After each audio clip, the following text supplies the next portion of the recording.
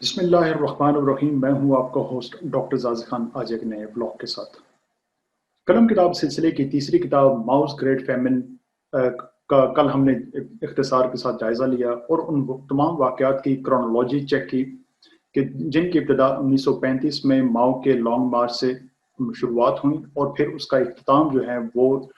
Communist China کی بنیاد پر پڑی۔ اس کے بعد ہم نے یہ بھی دیکھا کہ جدید چائنا کو ابتدا میں چند مشکلات کا سامنا بھی کرنا پڑا، جن میں معاشی مشکلات بھی تھیں اور پھر اس میں کوریا جنگ بھی شامل ہو گئی۔ ماؤ اپنی کمیونسٹ انقلاب کے بعد اپنے ملک کی جو معاشی ترقی تھی اس کی سست روی سے اور کمیونزم کا جو ایک انقلابی ایجنڈا تھا اس کی سست رفتاری سے وہ کچھ ناخوش تھا۔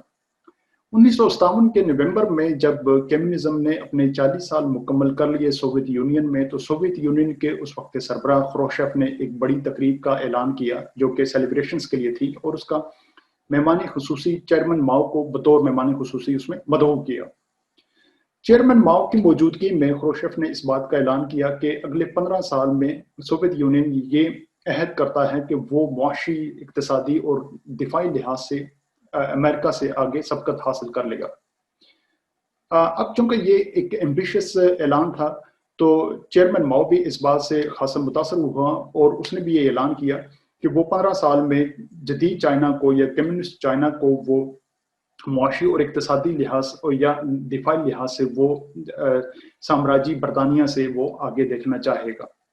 اب یہ جب اعلان ہوا تو اب اس اعلان کا جو تھا وہ زمینی حقائق سے کچھ تعلق نہیں تھا۔ یہ زمینی حقائق یہ تھی کہ چین اس وقت تیسری دنیا کا ایک انتہائی غریب پسماندہ ملک تھا، وسائل کی شدید کمی تھی، غربت تھی، بے روزگاری تھی، قحط سالی تھی اور اس میں بہت سارے مسائل کا سامنا تھا، ایک جنگ زدہ مفلوق الحال ملک تھا۔ اب جب وہ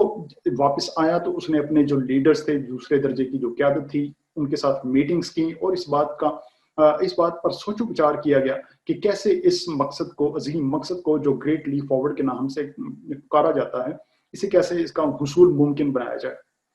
اب اگر اس کا تھوڑا سا اس وقت جو معروضی حالات تھے اور اس کا جو